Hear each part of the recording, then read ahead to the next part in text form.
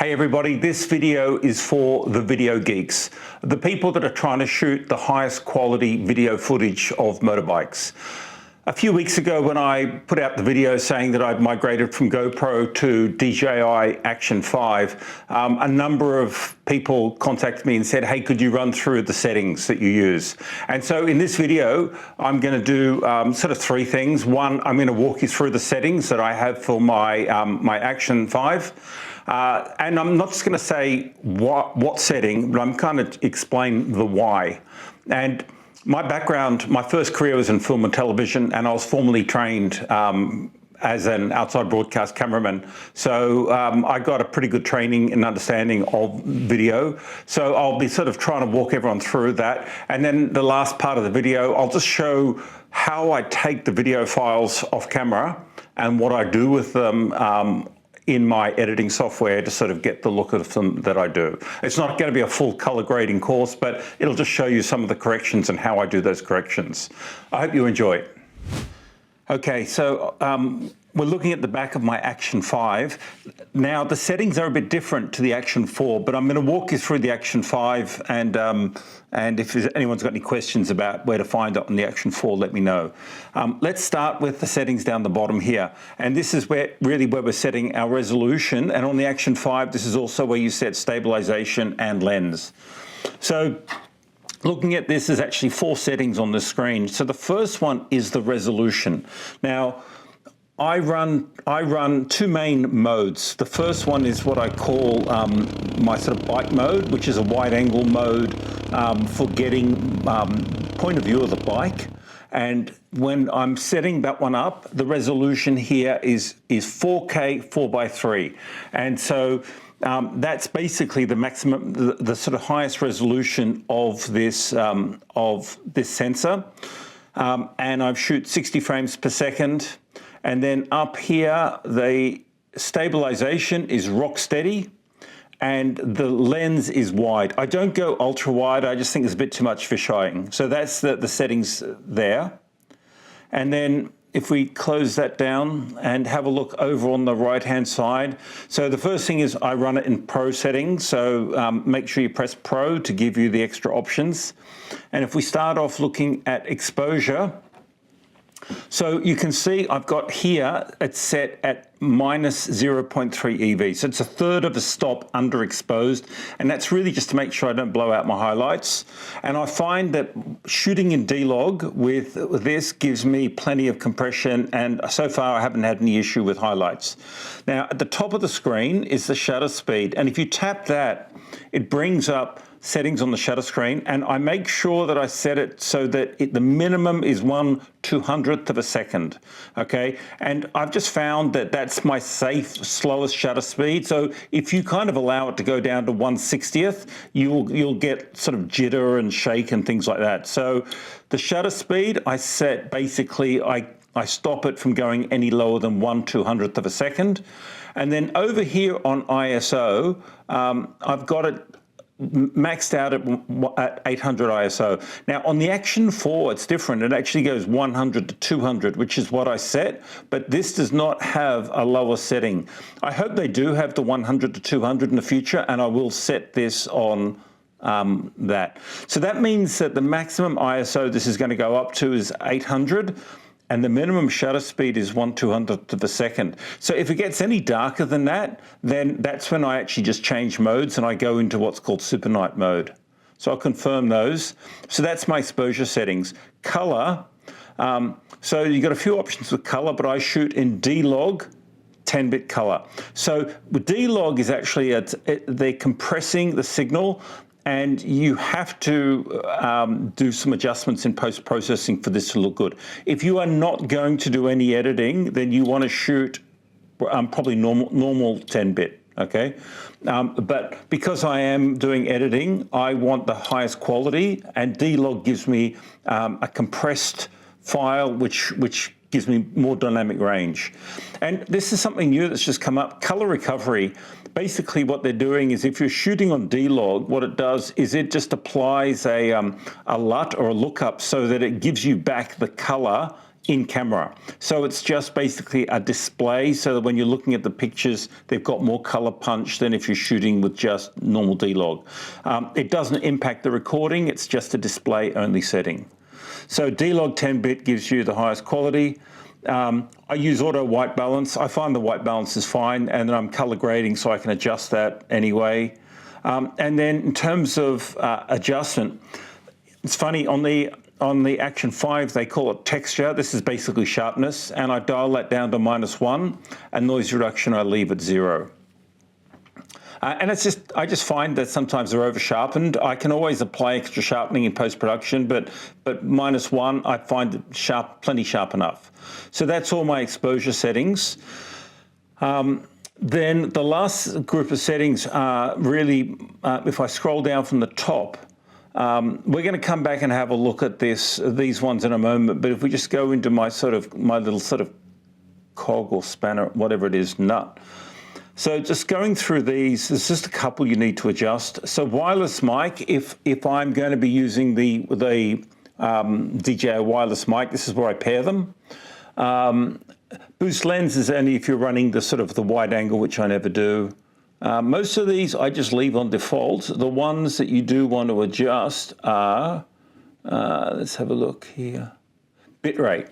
Okay, so bitrate, you want to make sure that you're running that in high. Okay, so that again, that just gives you the highest quality. Let's see, oops, and I think that's the only other sort of critical setting here.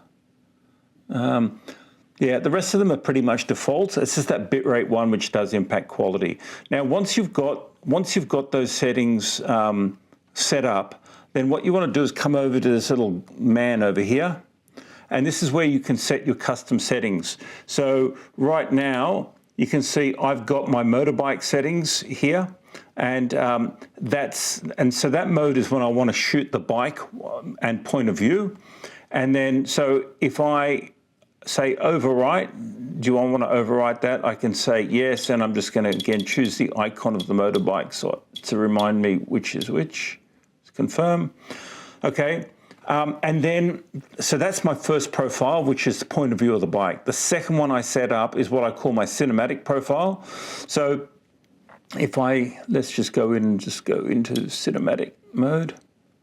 Okay, so this uses exactly the same settings, but all I'm doing is changing my resolution from 4K 4:3 to 4K 16:9. So that's a sort of standard aspect ratio. I'm still shooting 60 frames a second, but now my lens, instead of being on rock steady, it's now on horizon balancing. And instead of being on wide angle, that allows me to go to standard. So that's that's my most zoomed in and my most balanced, stable lens. That's the only two differences between this setting and that last setting. So once you've got that, you can then come down and you come up to here, and you would save that in. So I've saved that with that little sort of clapperboard, which is vlog. Okay, so if I just overwrite those again, vlog. Confirm. Okay. Then the one other, once you've got that, so the quick shot up here, this is what allows you to change modes really quickly. Okay, and I'll show you one other thing I do here. This QS, this is where you choose the quick shot modes. So if I go into here, shooting mode, now what you want to do is turn off a lot of these ones like slow motion, time lapse, hyperlapse, all that sort of stuff. So that there's just the one that we set up, the moto, the vlog, and then I've got my super light, okay? Now, what that means is, the reason why I've set it up like this is when I'm riding along, I can now swap between those modes by just hitting this power button pretty easily. So right now, it shows me I'm in the vlog setting here. That means I'm in my zoomed in horizon balanced mode. If I want to now shoot my motorbike, I can just tap the power button. Video. That's it. Now it's changed, and you can see it's gone to 4:3 rock steady wide lens. with one tap. If I want to go back to close-up, I can just now press once, again. Video, vlog, now I'm on vlog. Okay, so that's one of the reasons I love the Action 5 is that ability to just change between those modes really simply with just a tap. And then the third setting that I've got here is just accessing the low light. Video, vlog, video, 1, super night. Super night. So super night is the low light settings for the Action 5, and I use that if I've gone somewhere and it's really dark. And because I've limited the ISO to 800 and I've limited the shutter speed to the slowest speed of 1/200th of a second, if it starts looking dark and underexposed, I'll just flick it into super night. So if it's getting dusk, you know, and it may be a beautiful sort of dusky sunset, then I'll flip it to that night mode. So they're the three modes that I run on the Action 5. Okay, I've bought 2 clips into my editing software. I'm using Adobe Premiere, but the principles will be the same with any editing software. So this first clip that I've got is shot using cinema mode. So this is the one I'm using Rocksteady Plus with horizon balancing and the longer lens. Now the first thing you notice is I actually choose to edit not at 19:6. I choose 2:1. So that means that if I fill the screen, I've actually got these black bars at the side, but if you look across on the side, you'll see that my scale here is only 88.9. So if I scale this to 100%, essentially what I've got is, you can see I've got this extra little bit of overhang top and bottom, and I kind of like this. It means that in post-production, I can slightly reframe that clip. So every clip, if I want to, I can just adjust it, just slip it a little bit, just to sort of make the framing better. So if we just play this clip, so here I'm ignoring or minimizing my motorbike and focusing more on HD riding in front of me. Okay, so that's the first one. The second clip was shot with my bike mode settings, and if you have a look at that, this is in 4:3 mode. And again, you can see much bigger black bars here. And the scale of this one is 66%. So let's take this down to say 50% view. So if I set this to 100% scale, you can see I've got a lot of overhang here, which means that in post-production, I've actually got a lot more control over, do I want to de-emphasize the bike, or do I want to really emphasize the bike and focus on that? And that's one of the things I like about shooting in that 4:3 aspect ratio. You've just got extra pixels which you can use to really help you nail the framing in post. So let's have a look at what that looks like. So if I wanted to, again, just emphasize the bike, I'll just slide that down a little bit more. So I got more of my handlebars and everything, but yet I've still got the other guys in shot. Yeah. Okay, so that looks good. So that's how I adjust the framing of the 2 different modes in post-production. Now, the next thing we need to do is, because they were shot in D-Log, they're very flat. So if I select these and go over to my Lumetri color tab, the way to bring them back from D-Log to normal color is with what's called an input LUT. LUT just stands for lookup table, and it's think of it as almost like a filter or a preset. It's probably the best way to think of it. Now, I've gone to the DJI site and I've downloaded the manufacturer's LUTs, which take it from D-Log back to quote normal Rec 709. So now I just have to choose my camera. So there's one for the Action 4, one for the Action 5, one for the Pocket, and then I've got 2 DJI drones as well. So in this case, I'm shooting Action 5. So if I just choose Action 5, you'll see now all of the colors, all of the contrast has come back into that scene. Same if I go to the next one here, and I just choose, select that, and I just choose the input LUT of Action 5 Pro, bang. all my colors, everything is now looking beautiful. I know I've heard some people say that they adjust their log footage by adjusting contrast and sliders and things like that. I've seen a few videos and it suggests that is not the right way to do it, because the compression is a log compression and it's not a linear compression. You're actually going to get more true to life colors back if you actually use the proper manufacturer's LUT to do that initial compensation. Once I've done that, often, you know, the next stage in color correction is actually just color grading is actually color correction. But I usually find, honestly, that once I apply that input LUT, the colors are looking pretty good. And if I bring up my scopes, because I have underexposed it by a third of a stop, you can see I've got plenty of headroom here. I've got no clipping at all. So none of my clouds, if I just scroll, let's bring the clouds up. You can see these clouds, I've got all of the detail in these clouds. I'm not losing anything here, but I could probably even just go up a little bit more in exposure, and I'm still not losing the detail in these clouds, which is why I do underexpose just a little bit, just to make sure that I hate it when I look at scenes and I've lost all the detail in the clouds. I think the clouds are an important part of the story, an important part of the landscape. So, I think that looks pretty good the way it is there. I might, if I want to, I might want to play with it a tad, but generally, I think that's looking pretty good. And yeah, the exposure values are pretty good. I'm pretty happy with that. So that's the color correction. So just have a look at this one again. Let's have a look at that. So yeah, again, just looking at my scopes, I'm not clipping any blacks. I've got plenty of headroom. I'd probably, just boost this one just a little bit, because I have underexposed it by a third. Again, looking at my scopes, there's no clipping going on, so that's why I like shooting in D-Log and why I like underexposing that bit.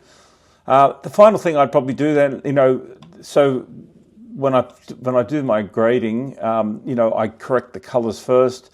Then often I'm applying a creative look to my shots. So if I just bring across an adjustment layer here, and then I go into my creative. Let's pick this one here. When I go into my creative, I've got a series of creative LUTs that I will look through and apply for different scenarios. So if I just go down, whoops.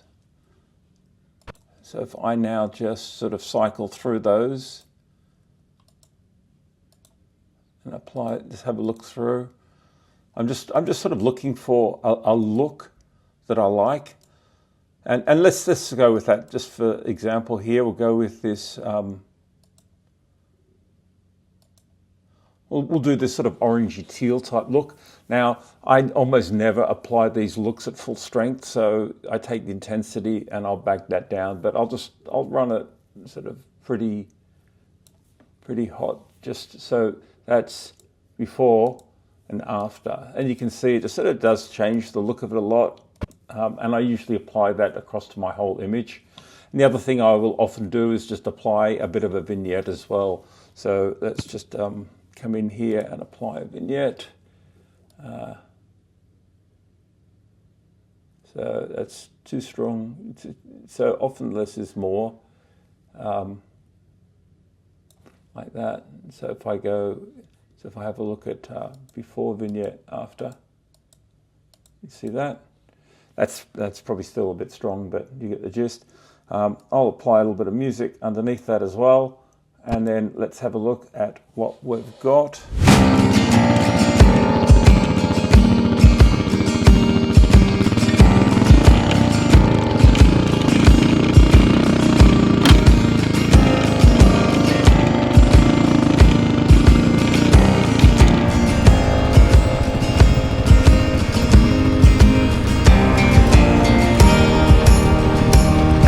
Found some of that information useful.